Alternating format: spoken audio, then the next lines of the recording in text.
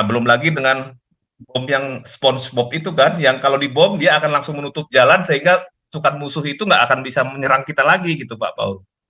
Nah, yang berikut begini Pak, ini saya yakin Israel tidak akan menghancurkan rumah sakit termasuk rumah sakit Indonesia. Tapi nanti kalau daerah itu dikuasai Pak, kemudian diperiksa sampai ke bawah, divideokan, disiarkan ke siaran internasional, bagaimana mukanya si Retno itu nanti Pak? Bagaimana wajahnya? Ya nggak mau nggak tahu malu tuh buka tembok. Oh gitu ya Pak ya. Oh iya. Nanti itu pasti akan mereka nggak akan hancurkan Pak. Saya yakin itu terowongan nggak akan rumah sakit nggak akan dihancurkan. Tapi nanti ketika itu sudah dikuasai dibuat filmnya nanti Pak. Beginilah caranya katanya. Nah Buka ini tembok. bikin film jadi apalagi 90% Hollywood punya orang Yahudi ya. Ya 90% Ya, Hollywood punya orang kayak Yahudi. film ini tuh kan The Spy, Eli Cohen, filmnya Beirut semua Iya, itu. Wolfgang Lotz yang di Mesir, Eli Cohen yang di Suriah dulu Pak, itu akan jadi film Pak. Ini menarik ini nanti gitu. Nah jadi ya kita lihatlah. Yang penting bagi Israel jangan dikasih kendor Pak Paul.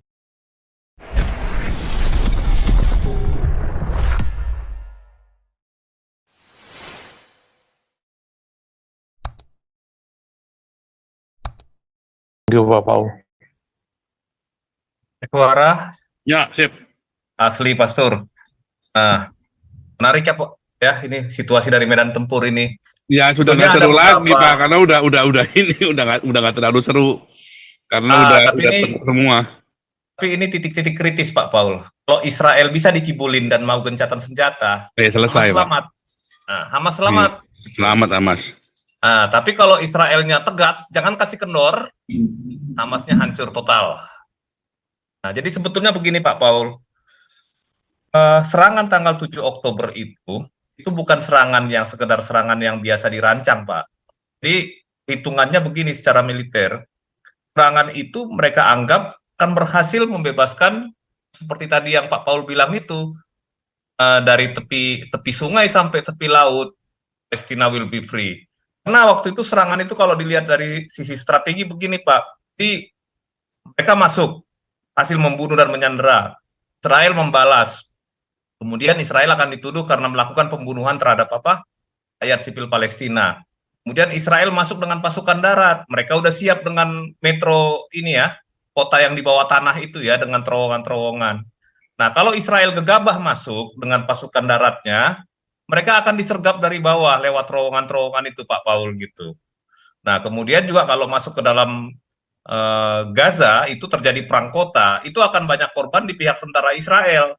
Di satu sisi Israel akan terkena korban jiwa yang cukup besar, kemudian dunia internasional mereka bisa permainkan, mereka buat seolah-olah Israel ini pembunuh rakyat sipil dan pelanggar HAM gitu.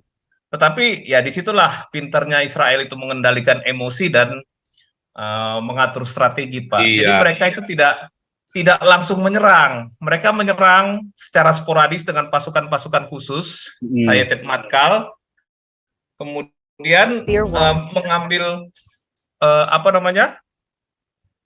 lubang-lubang terowongan, kemudian juga titik-titik di mana Hamas menyimpan senjata, pusat komunikasinya mereka, di samping dengan serangan udara dengan menggunakan pesawat tempur dan drone ya Pak Paul ya. Kemudian sudah menyerang satu wilayah, tentara Israelnya nggak mau tinggal di situ Pak, kemarin saya perhatikan, mereka mundur lagi. Kenapa? Untuk menghindari penyergapan dari belakang. Begitu mereka lakukan setiap malam. Ya lama-lama, Hamas itu tidak bisa menggunakan keunggulan yang tadinya mereka perkirakan bisa mengalahkan Israel dengan perang terowongan ini Pak Paul gitu. Itu kan andalan mereka sebetulnya, nggak ada yang lain. Nah, tetapi keandalan mereka untuk perang asimetris ini nggak bisa dimanfaatkan lagi.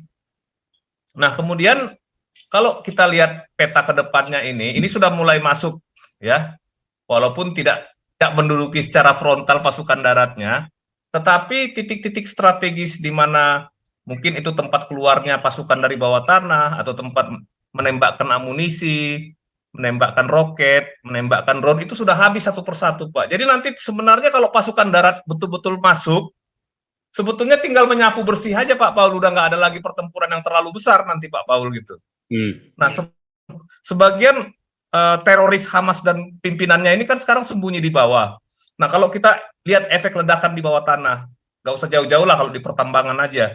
Ketika dia meledak satu jalur, itu akan mempengaruhi orang yang di bawahnya. Bisa saja orang yang di bawahnya tertimbun mati, bisa juga nanti ya apa namanya ya, jalan keluarnya mungkin tertutup gitu Pak Paul. Jadi yang bisa dihitung mungkin hanya korban teroris itu yang di permukaan bumi.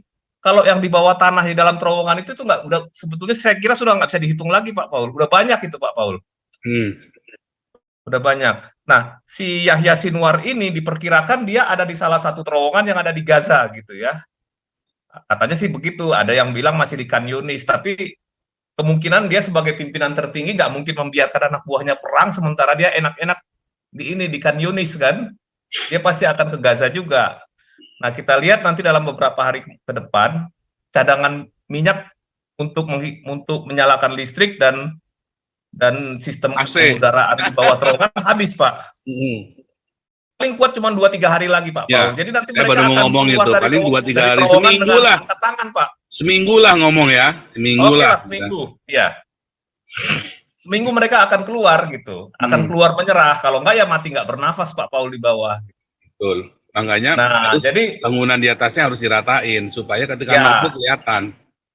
Nah, ya paling-paling kalau semua nanti sudah dibersihkan di bawah, mau tidak mau ya memang harus dibom habis Pak, supaya jalur terowongannya habis semua. Jadi infrastruktur Hamas sampai ke depannya tidak lagi bisa dipergunakan gitu. Gila ya. Nah, itu strateginya. Jadi ada beberapa perkembangan yang saya lihat dari kepintaran orang Yahudi atau orang Israel ini. Mereka sudah menciptakan taktik perang kota yang baru Pak. Jadi paradigmanya sudah berbeda dengan perang dunia kedua, perang di Stalingrad atau perang the Battle of Berlin gitu sudah berbeda Pak perang kotanya. Jadi sudah tekniknya sudah beda Pak. Itu kelihatannya diciptakan sekarang ini gitu. Iya. Nah, belum lagi dengan bom yang SpongeBob itu kan, yang kalau dibom dia akan langsung menutup jalan sehingga pasukan musuh itu nggak akan bisa menyerang kita lagi gitu Pak Paul. Nah, yang berikut begini Pak. Ini saya yakin Israel tidak akan menghancurkan rumah sakit termasuk rumah sakit Indonesia. Tapi nanti kalau daerah itu dikuasai Pak, kemudian diperiksa sampai ke bawah, divideokan, disiarkan ke siaran internasional, bagaimana mukanya si Retno itu nanti Pak? Bagaimana wajahnya? Ya nggak tahu malu tuh buka tembok. Oh gitu ya Pak ya. Oh iya. Nanti itu mereka nggak akan hancurkan Pak. Saya yakin itu terowongan nggak akan rumah sakit nggak akan dihancurkan. Tapi nanti ketika itu sudah dikuasai, dibuat filmnya nanti Pak. Beginilah caranya katanya. Nah, Buka ini tembok. Bikin film jadi apalagi 90% Hollywood punya orang Yahudi ya. Iya, 90% Hollywood punya orang Yahudi. Kayak film ini itu kan The Spy, Eli Cohen, filmnya Beirut, semua itu. Wolfgang Lotz yang di Mesir, Eli Cohen yang di Suriah dulu Pak. Itu akan jadi film Pak. Ini menarik ini nanti gitu. Nah, jadi ya kita lihatlah.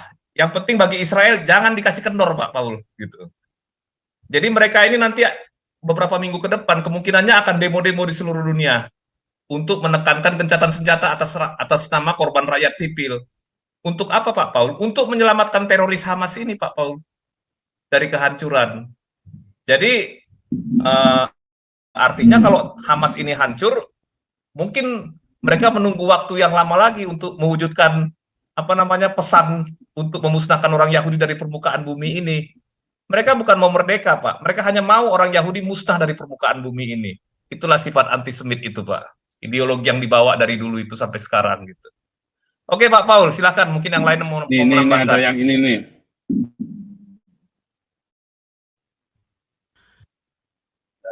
The latest details regarding the convoy in which Fakhrizadeh was traveling was forced to stop.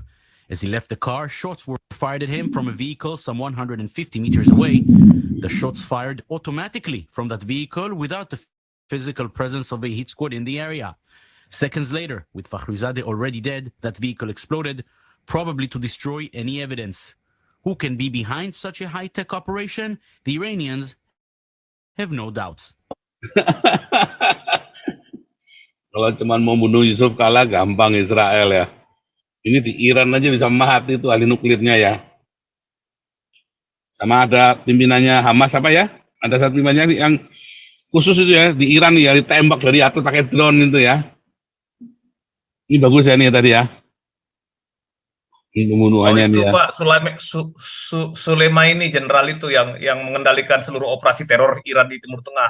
Sulaimani, Iran itu ya, jenderalnya Iran ya. Jenderalnya Iran itu ya. yang menciptakan si proksi Hezbollah, proksi Houthi dan semuanya tentara-tentara Iran, milisi yang dibentuk Iran itu di bawah kendalinya dia, Pak Paul. Nah ya. Nah, ini dia orangnya, Pak, itu. Nah, ininya di The Guardian itu. Drone ini ya. This is where a U.S. military strike took out Qasem Soleimani, the leader of Iran's elite Quds force. Soleimani oversaw the Islamic Revolutionary Guard Corps' foreign military operations, supporting U.S. designated terror groups in Lebanon, propping up the Assad regime in Syria, and spreading Iranian military influence in Iraq. Qasem Soleimani was the second. Dan ada videonya itu ya, ada videonya waktu dari atasnya satelitnya itu loh, gedung itu meledak gitu loh.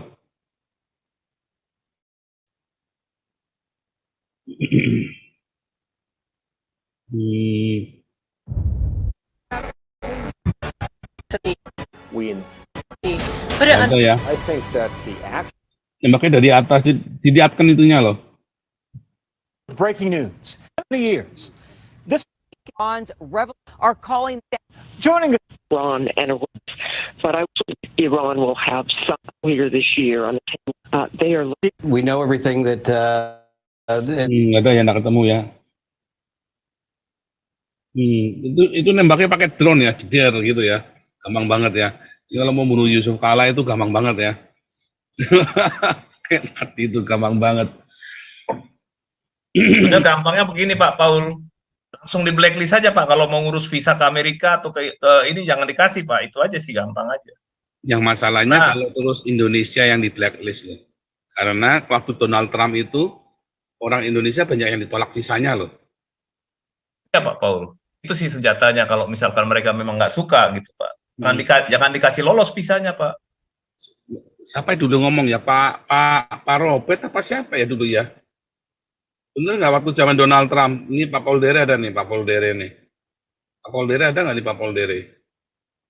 Pak Paul Dere? Itu siapa kemarin yang bilang ya? Saya lupa loh kemarin ya. Waktu zaman Donald Trump itu, visa Indonesia itu banyak yang nggak tembus tuh. Paspor Indonesia ke Amerika. Terus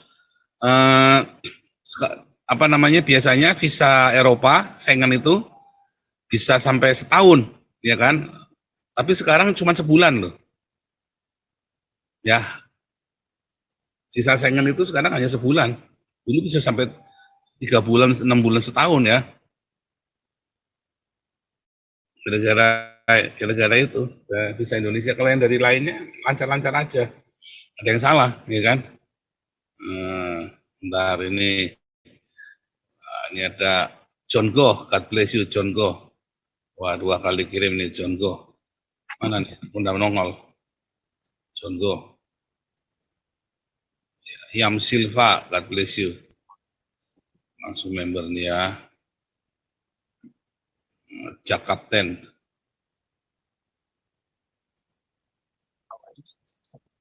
Pak Suara, tadi malam masuk ya Pak Suara ya?